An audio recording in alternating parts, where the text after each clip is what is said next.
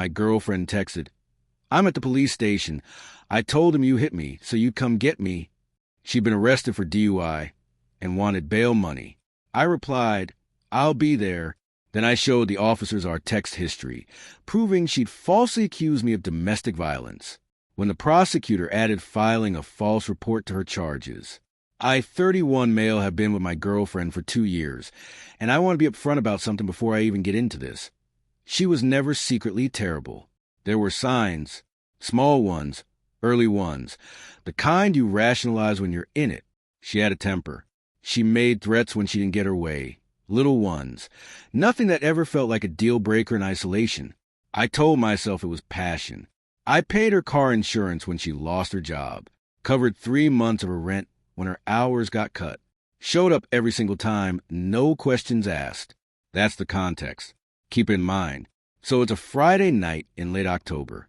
I'm on my couch, half watching a game, completely unbothered. My phone buzzes. I pick it up expecting literally anything. A food order update, a buddy texting about the game, whatever. Instead, I'm looking at a text from my girlfriend that says, "I'm at the police station. I told them you hit me, so you come get me. Please, just come." I read it 3 times. Not because I didn't understand it. I understood it perfectly. I read it 3 times because I needed a moment to accept that I was actually holding what I thought I was holding. My girlfriend of 2 years casually telling me she had just accused me of domestic violence as a tactic to get me to drive to the police station. Then the second text came in. "I got a DI. I need bail. Just come and I'll fix everything, I promise." They don't have to know anything. The game was still on in the background. Some quarterback was celebrating a touchdown. I just sat there. Here's something she never fully understood about me. My dad was falsely accused in a civil dispute when I was 12. It wasn't criminal, but it was serious. And he spent 2 years and every dollar he had clearing his name over someone else's lie. I watched that entire thing unfold. I absorbed it. And I made a private decision somewhere in those 2 years that I would never be careless with documentation, with my own words or with my legal standing. So for the past 8 months, not because I was planning anything, but because she had a pattern of saying threatening things over text and then denying them in person, I had been quietly saving our text conversations. Screenshots backed up to email organized by date. A folder on my desktop. I kept printed copies of the ones that felt most significant, including 2 separate texts where she directly threatened to make my life difficult if I didn't do what she wanted. I looked at her text one more time. Then I typed back, "I'll be there." And I meant it, just not the way she was expecting. Before I left the house, I did 3 things. I screenshotted every text from that night and emailed them to myself immediately.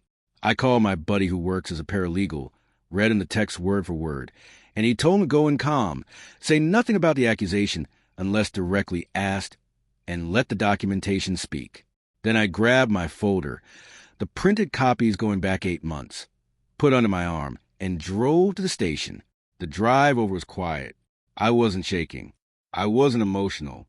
I was just focused in a way I hadn't expected. 2 years. I'd shown up for her in every way a person can show up, and when she got herself arrested for a DUI, her first move was to attach my name to a domestic violence accusation to use as leverage to get a ride. That's who I was dealing with. I walked into the station. The front desk officer was a woman in her 40s, professional, no nonsense. I gave her my name and told her I'd received communication suggesting I might be named in a report and I wanted to speak with whoever was handling it. I kept my voice completely flat. Within 5 minutes, a detective came out, mid-50s, clearly at the tail end of a long shift, and brought me to the side room. "Are you aware," he said, "that a woman currently in our custody has alleged that you struck her earlier this evening?" "I am," I said. "She texted me that information herself about 40 minutes ago." He paused. "She texted you that she made the allegation?" "Yes." I put my phone on the table, conversation already open. She told me in writing that she told your department I hit her so that I would come to the station. She also told me she'd been arrested for DUI and needed bail money. I have those texts. I have a timestamp backup in my email, and I have prior documentation of similar behavior going back 8 months. I slid the folder across the table. He picked up the phone. Read slowly. Set it down. Picked up the folder. I watched his face stay professional, but something shifted behind his eyes. He excused himself without saying anything else. I sat in that room alone for about 20 minutes. No one told me I was under arrest. No one read me anything. I just waited.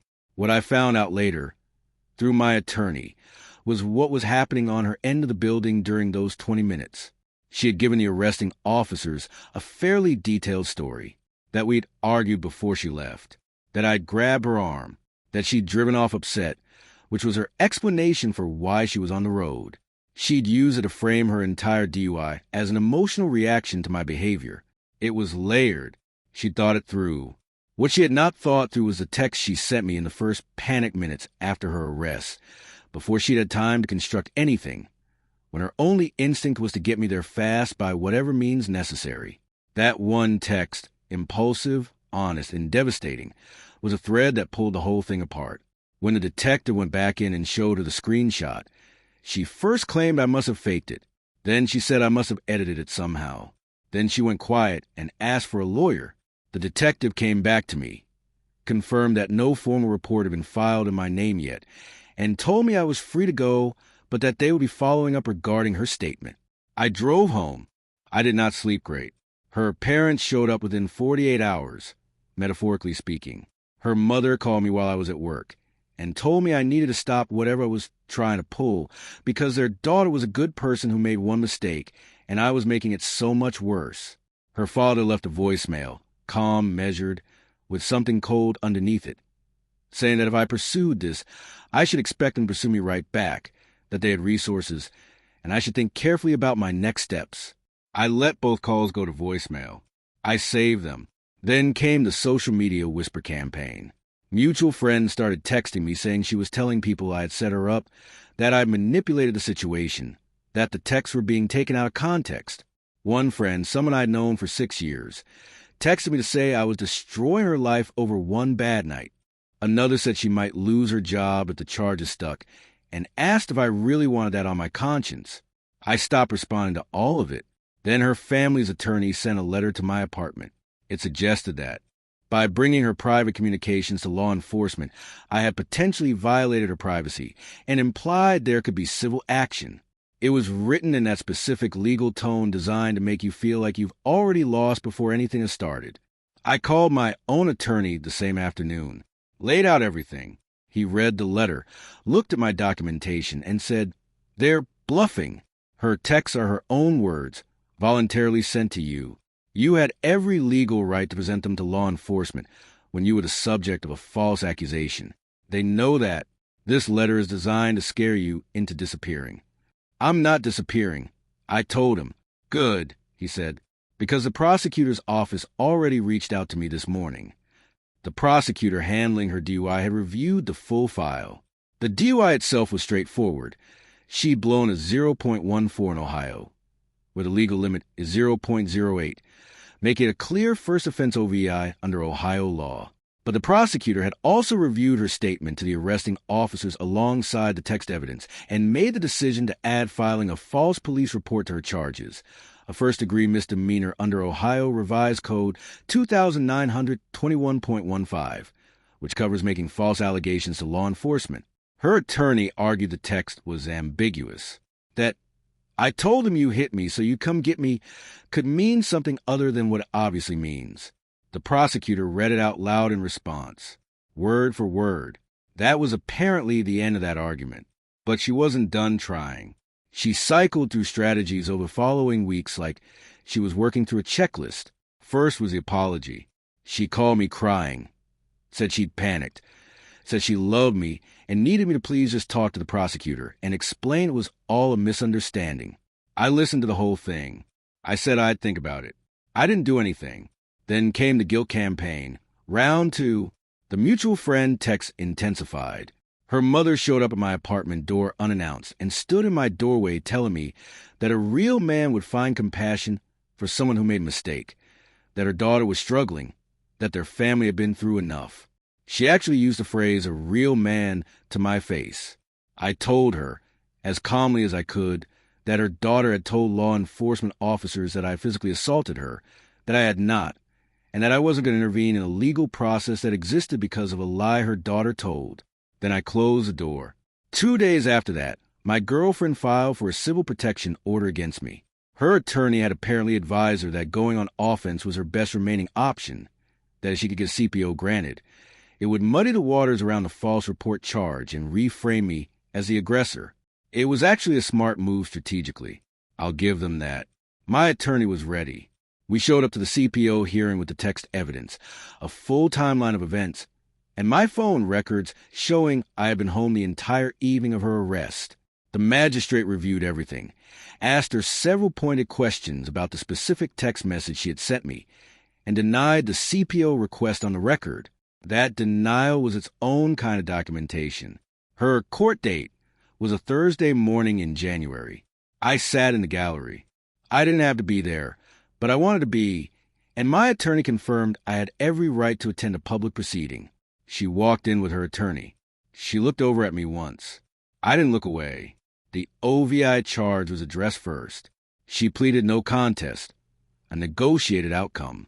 The judge sentenced her to a mandatory 3-day jail stay, a $375 fine, a 90-day driver's license suspension, and completion of an alcohol treatment program, all consistent with standard first offense OVI under Ohio law. She was also placed on 1 year of probation, then the false report charge. Her attorney argued for dismissal one more time, citing lack of clear intent. The prosecutor responded by presenting the text message. The judge read it, silently, for what felt like a full minute. He didn't dismiss it. She pleaded no contest on the second charge as well. First-degree misdemeanor.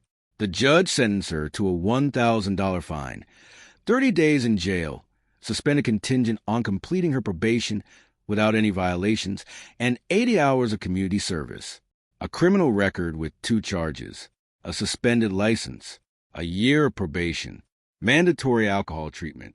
All of it traceable back to one impulsive text sent in a panic. I broke up with her the day after a court date, not in person.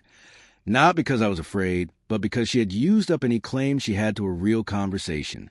I sent her a text short and clear that said I was ending the relationship, that I hoped she completed her requirements without any issues, and that she should not contact me again. She didn't respond.